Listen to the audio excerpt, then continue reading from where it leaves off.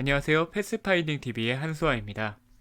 이번 강좌에서는 완벽한 프레젠테이션을 위한 마무리, 작업 완료 전 체크사항에 대해서 몇 가지 알려드리도록 하겠습니다.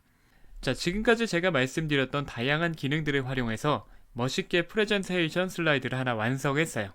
그래서 곧 프레젠테이션을 앞두고 있다 라고 가정해 봅시다. 중요한 프레젠테이션일수록 예기치 않은 오류들이나 실수들이 자꾸 발생하는 것 같아요. 그런 당황스러운 순간들을 미리 예방하기 위해서 몇 가지 꼭 체크해두면 좋을 사항들이 있거든요. 거기에 대해서 이야기를 좀 드릴까 하는데요. 첫 번째는 저장 옵션을 확인하라는 것입니다. 그 저장 옵션 중에서도 특히 글꼴 포함 여부를 꼭 확인해 주세요. 기억하실지 모르겠지만 리본 메뉴 파일 탭의 옵션에서 저장 탭을 클릭해 보시면 이 프레젠테이션 파일 안에 여러분들이 파워포인트를 디자인하면서 사용하셨던 글꼴들을 같이 저장할 건지 그렇지 않을 건지 선택하시는 메뉴가 있습니다. 파일에 글꼴 포함이라는 옵션을 꼭 체크를 해주셔야 돼요. 글꼴 포함을 하지 않으시게 되면 만약에 내가 다른 노트북이나 다른 PC에서 내 파워포인트를 열어서 발표를 해야 되는데 글꼴이 그 PC에 없으면 공들여서 만든 프레젠테이션 디자인이 자칫하면 이 글꼴 부분이 전부 다 깨져버릴 수가 있습니다.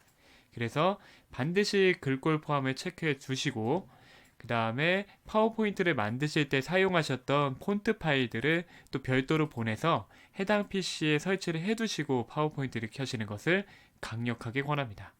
자, 두 번째는 출력 화면을 미리 보라는 것입니다. 스크린에서만 활용하는 파워포인트 자료면은 굳이 이 부분은 체크하지 않으셔도 되는데요. 만약 내가 만들고 있는 이 파워포인트가 인쇄 자료를 겸한다라고 했을 때는 컨트롤하고 P 키를 누르면 프린트의 약자, 즉 인쇄 화면으로 들어가거든요. 이 컨트롤 P 키를 눌러서 인쇄 화면에서 흑백 혹은 회색조 인쇄를 선택해서 그 흑백으로 인쇄할 때 어떻게 출력이 될 것인지에 대해서도 꼭 한번 체크해 보시길 바랍니다. 자칫하면은 내가 뭐 이미지 같은 거 많이 넣고 도형 쓰고 이러다 보면은 인쇄 자료에는 적합하지 않은 디자인이 나오는 경우가 있거든요. 가급적이면은 파워포인트를 디자인하는 과정에서 인쇄를 고려하시는 것이 가장 좋고요. 그렇지 않더라도 이 흑백이나 회색조 출력의 상태를 꼭 확인해 보시기를 권합니다. 자, 세 번째는 파일 용량을 확인하라는 것입니다. 발표 자료를 만들 때는 최근에 추세가 이미지 중심으로 발표 자료를 만드는 경우가 많죠. 그러다 보면은 고퀄리티 이미지를 쓰게 되어 파워포인트 용량이 굉장히 커지는 경우가 있습니다. 그럴 때는 그림 압축 기능이라는 것을 사용해서 전체적인 그림의 용량들을 한번 줄여주는 그런 단계를 거쳐서 파워포인트의 용량을 가볍게 만들 수가 있습니다.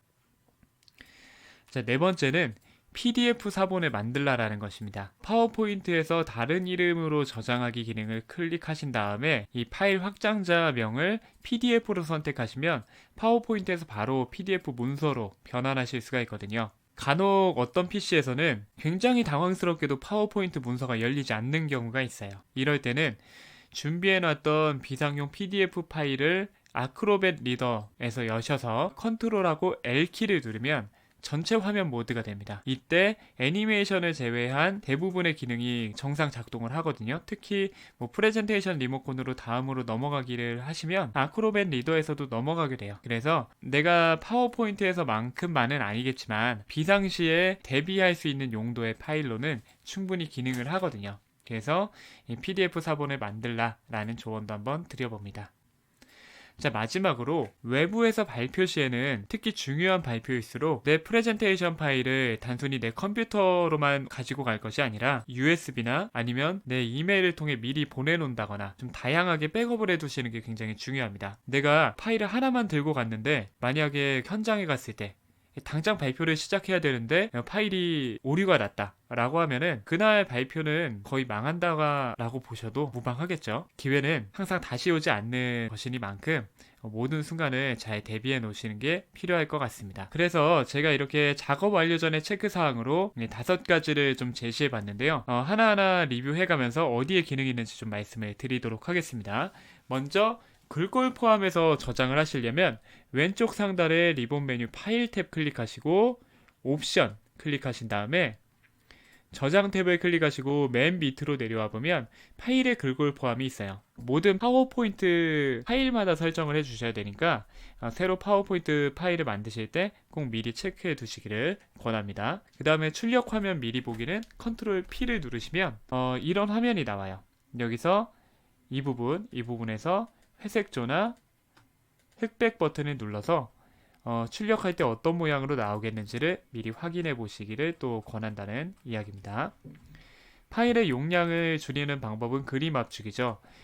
이미지 개체를 하나 클릭하시고 서식에서 리본 메뉴 서식 탭에서 왼쪽으로 가시면 그림 압축 기능이 있습니다. 클릭 딱 하시고 전체적으로 만약 파워포인트가 작성이 완료됐다면 이 그림에만 적용이 아니라 체크박스를 해제하고 확인을 누르시면 클릭 몇 번만으로 그 문서 전체의 이미지 파일을 압축할 수 있으니까 그렇게 또 확인해 두시면 좋고요. 그 다음에 PDF 사본을 만드는 건 파일, 다른 이름으로 저장 클릭 딱 하시고 파일 형식을 PDF로 이렇게 선택을 하신 다음에 저장을 누르시면 해당 위치에 PDF로 저장이 되게 됩니다.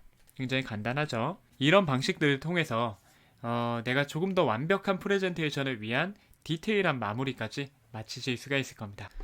네, 이렇게 해서 제가 약 40편에 걸쳐서 파워포인트의 가장 핵심적이고 가장 기초적인 기능들에 대해서 알려드렸습니다. 우리가 이렇게 예쁜 프레젠테이션 템플릿을 찾으시거나 아니면 굉장히 유명한 발표자들이 만들거나 활용하는 그 프레젠테이션 파일을 보면 저게 과연 파워포인트로 만든 게 맞나? 갸웃하시는 경우가 있을 텐데요. 대부분 맞습니다. 엄청난 기능을 활용하는 게 아니에요. 제가 이 온라인 강좌를 통해 보여드린 약 40개의 기능, 이 기능들을 충분히 숙지하시고 이 기능들을 조합해서 활용하시면 여러분들도 그런 프레젠테이션 파일을 만드실 수 있을 겁니다. 제가 지금까지 쭉 연재해왔던 기초 파워포인트 스킬 강좌는 일단락을 지을까 하는데요. 이후에도 기존에 또 연재했었던 그 40개의 스킬들이 실제 보고서 파일을 만들든 아니면 강의한 파일을 만들든 혹은 파워포인트 프로그램을 이용해서 카드 뉴스나 블로그 배너 등 다양한 SNS 컨텐츠를 만드는 데 있어서 어떻게 활용되는지에 대해서 보여드리는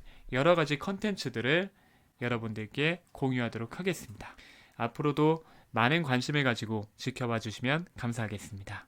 네, 오늘 제가 여러분들께 알려드린 내용도 도움이 되셨다면 그리고 이후에 제가 또 연재해 드릴 응용 강좌들에 대해서도 또 기대가 되신다면 구독, 좋아요, 공유 많이 부탁드리겠습니다. 지금까지 한소아의 패스파인딩 TV였습니다. 감사합니다.